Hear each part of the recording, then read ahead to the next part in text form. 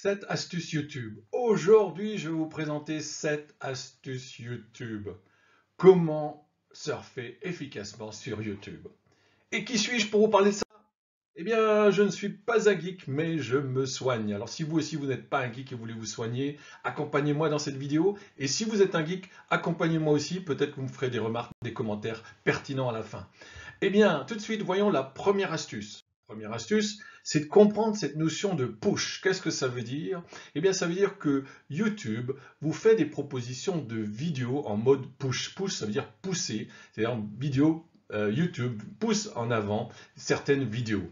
Alors, en fonction de quels critères vous avez ces vidéos quand vous allez sur la page d'accueil de YouTube, en fonction de deux critères. Le premier critère, c'est en fonction de vos recherches antérieures, et le deuxième critère, en fonction des vidéos les plus populaires. Voilà. Alors, peut-être que parmi toutes ces propositions, il y en a qui vont vous intéresser, et d'autres peut-être pas. Nous allons voir ça dans la troisième astuce. Et avant cela, voyons la deuxième astuce. Deuxième astuce, c'est le mode pull. Autant le mode push, c'est YouTube qui vous fait des propositions, ou le mode pull, qui veut dire tirer, c'est vous qui allez faire des recherches bien spécifiques dans la barre de recherche. Regardez. Par exemple, ici, vous tapez des mots-clés dans votre barre de recherche. Là, j'ai mis les 8 livres à lire pour devenir un leader. Eh bien, forcément, ça me propose une vidéo que j'ai présentée, que j'ai proposée il y a quelques jours, et d'autres vidéos dans le même sujet. Mais peut-être que ce n'est pas suffisant. Nous allons voir ça dans un instant avec la troisième solution qui est de filtrer. Troisième astuce, filtrer. Eh bien, vous pouvez à la fois filtrer en mode push et filtrer en mode pull. Comment? Alors, voyons tout de suite en mode push. Quand vous êtes sur la page d'accueil, eh bien, vous pouvez filtrer. Il suffit de cliquer sur les trois petits points qui se trouvent en dessous de la vidéo. Et là, vous avez un ensemble de possibilités du genre ajouter à la file d'attente, enregistrer dans une playlist ou à regarder plus tard. Et surtout, il y a pas intéressé. Le pas intéressé vous permet de supprimer la vidéo et surtout de dire à YouTube, c'est le genre de sujet qui ne m'intéresse pas. Et ainsi, à l'avenir, vous aurez en mode push des propositions, beaucoup plus de vidéos qui vous intéressent et qui concernent les sujets de vos centres d'intérêt du moment. Ça, c'est pour le côté push. Pour le côté pull, eh bien, pour le côté pull, voilà, donc c'était bien encadré. Pour le côté pull, c'est de filtrer, d'utiliser l'aspect filtre. Vous avez aussi des filtres et vous pouvez filtrer en fonction de la date d'ajout, du type de vidéo, de la durée, de la fonctionnalité et de la pertinence. Je vous invite vraiment à rechercher, regarder un peu ces notions de filtre parce que vous allez gagner du temps et surtout cibler mieux les vidéos de recherche.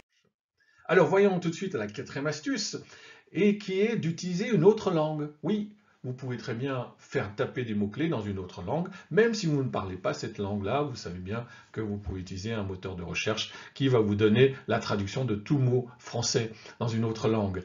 Et souvent, en mettant des mots-clés dans une autre langue, ça va vous donner d'autres propositions qui sont peut-être encore plus intéressantes.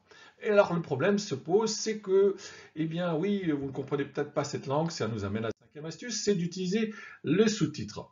Et très souvent, YouTube vous propose le sous-titrage en anglais.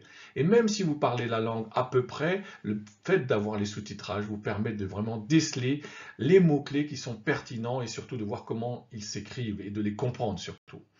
Ça nous amène maintenant à la sixième astuce, qui est que je suis allé trop vite, vous voyez, et justement, c'est une question de vitesse de défilement, ça va être la sixième astuce, mais avant cela, si vous allez là-bas, si vous allez sur une vidéo, en dessous, il y a la roue dentée qui vous propose un ensemble de réglages, notamment, vous pouvez choisir à cet endroit-là, à la fois les sous-titres et la vitesse de lecture.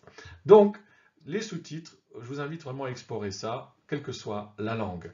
Vitesse de lecture, c'est notre sixième astuce.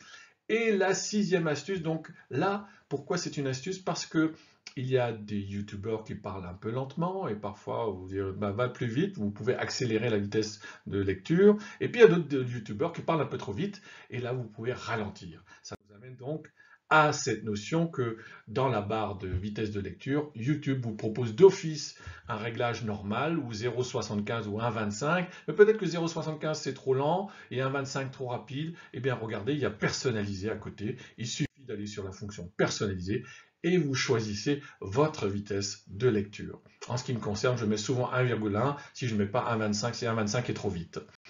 Et voilà, donc déjà ça vous fait gagner du temps, au moins 10% si vous mettez 1,1. Ça nous amène à la 7e astuce, ne partez pas, cahier YouTube, ça semble évident, et il y a encore un plus, parce que quand vous regardez ou quand vous écoutez une vidéo, eh bien il y a la prise de notes d'un côté, et il y a ce que cela vous inspire, c'est-à-dire faire des notes. Prise de notes et faire de notes, ce sont deux notions distinctes.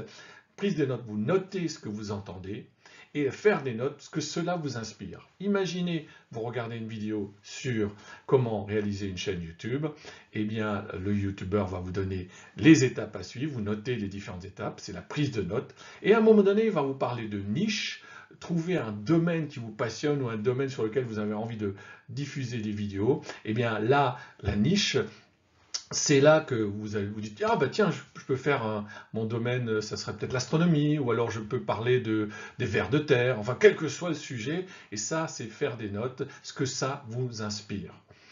Eh bien, cette astuce, vous voyez chers amis, cette astuce, nous arrivons à la fin de cette vidéo, cette astuce pour surfer plus efficacement sur YouTube. Et vous le savez, je ne suis pas un geek, mais je me soigne. Et si vous voulez suivre mes vidéos et apprendre d'autres, ou même faire des propositions, abonnez-vous, mettez le pouce ou mettez la cloche carrément pour être informé. Et encore mieux, mettez des commentaires, peut-être sur les sujets à venir, des sujets qui vous intéressent, que vous avez envie que je développe. À très bientôt!